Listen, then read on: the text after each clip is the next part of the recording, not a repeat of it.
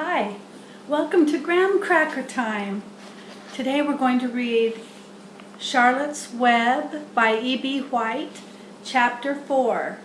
It's called Loneliness, and I'll show you pictures when they come. The next day was rainy and dark. Rain fell on the roof of the barn and dripped steadily from the eaves. Rain fell in the barnyard and ran in crooked courses down into the lane where thistles and pigweed grew. Rain spattered against Mrs. Zuckerman's kitchen windows and came gushing out of the downspouts. Rain fell on the backs of the sheep as they grazed in the meadow. When the sheep tired of standing in the rain, they walked slowly up the lane and into the fold. Rain upset Wilbur's plans.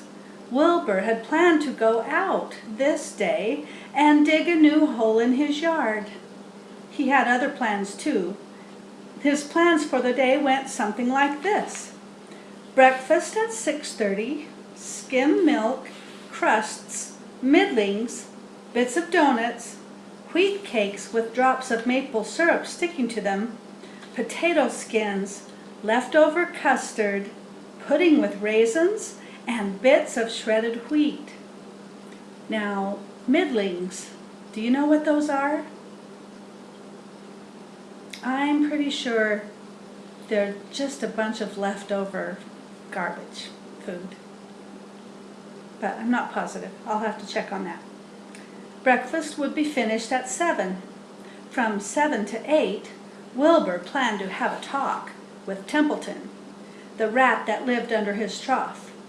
Talking with Templeton was not the most interesting occupation in the world, but it was better than nothing. From 8 to 9, Wilbur planned to take a nap outdoors in the sun.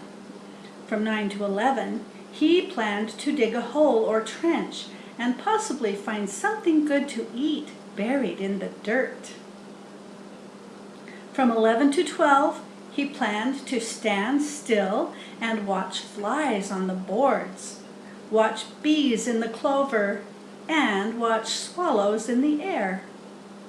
12 o'clock, lunchtime, middlings, warm water, apple parings, meat gravy, carrot scrapings, meat scraps, stale hominy, and the wrapper off a package of cheese.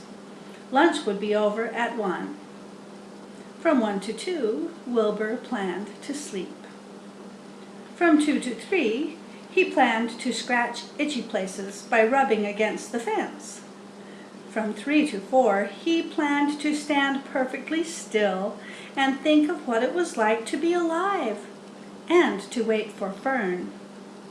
At 4 would come supper: skim milk, provender, leftover sandwich from Lurvy's lunchbox, prune skins, a morsel of this, a bit of that, fried potatoes, marmalade drippings, a little more of this, a little more of that, a piece of baked apple, a scrap of upside-down cake.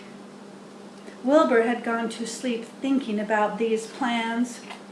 He awoke at 6 and saw the rain, and it seemed as though he couldn't bear it. "I get everything all beautifully planned out, and it has to go and rain," he said. For a while he stood gloomily indoors.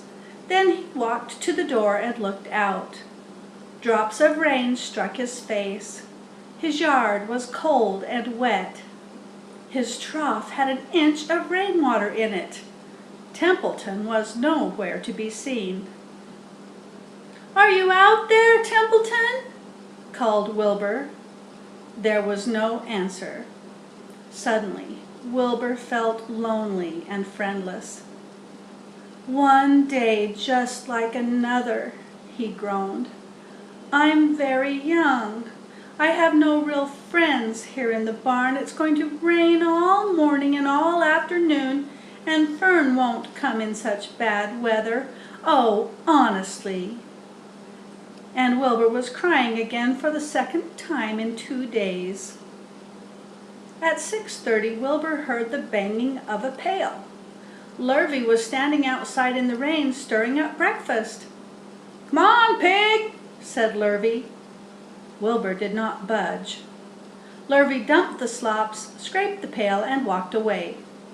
He noticed that something was wrong with the pig. Wilbur didn't want food. He wanted love. He wanted a friend, someone who would play with him. He mentioned this to the goose, who was sitting quietly in the corner of the sheepfold. "Will you come over and play with me?" he asked. "Sorry, Sonny, sorry," said the goose. "I'm sitting on my eggs, 8 of them. Got to keep them toasty warm. I have to stay right here. I'm no flibberty-ibberty-gibbet. I do not play when there are eggs to hatch.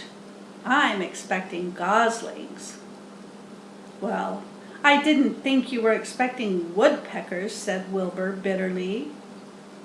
Wilbur next tried one of the lambs. "Will you please play with me?" he asked. "Certainly not," said the lamb. "In the first place, I cannot get into your pen, as I am not old enough to jump over the fence. In the second place, I am not interested in pigs. Pigs mean less than nothing to me." And here's a picture.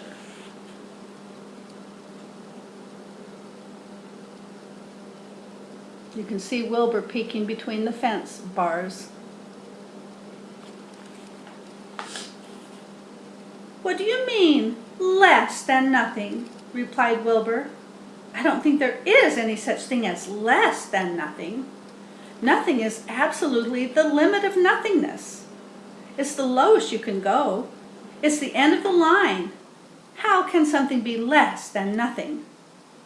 If there were something that was less than nothing, then nothing would not be nothing. It would be something, even though it's just a very little bit of something.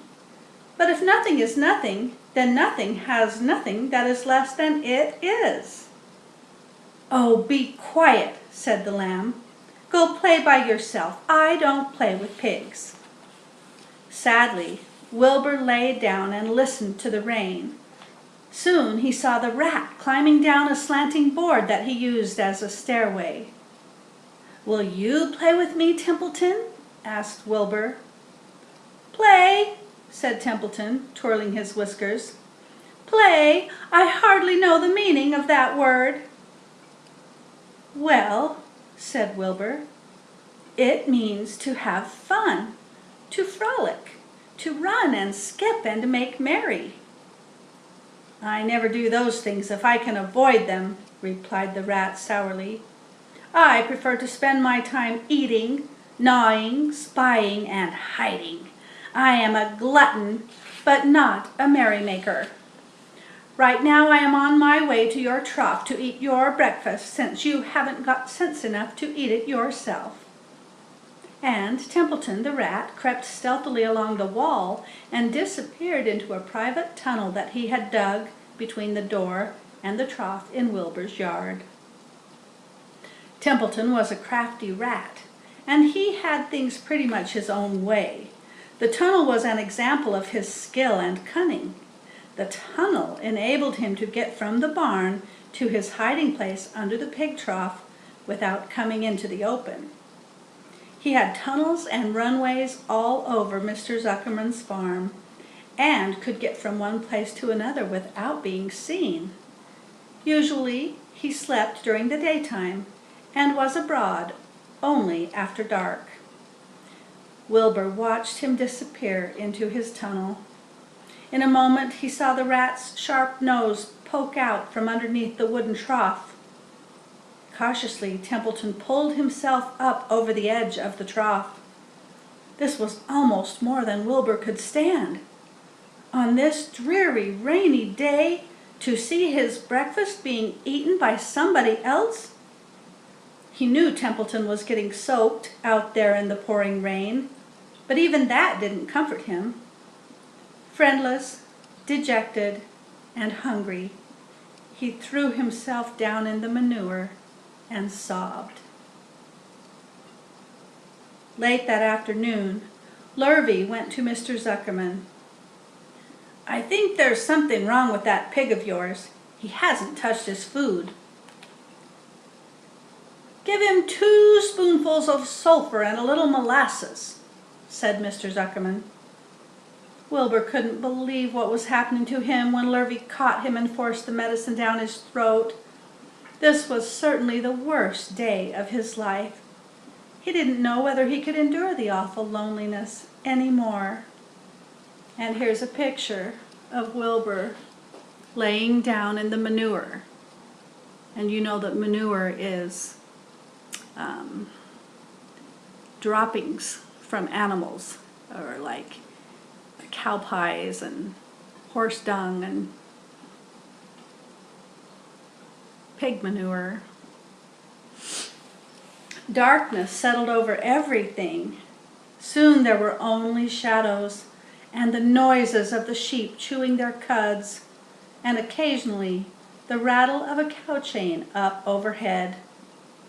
You can imagine Wilbur's surprise when, out of the darkness, came a small voice he had never heard before.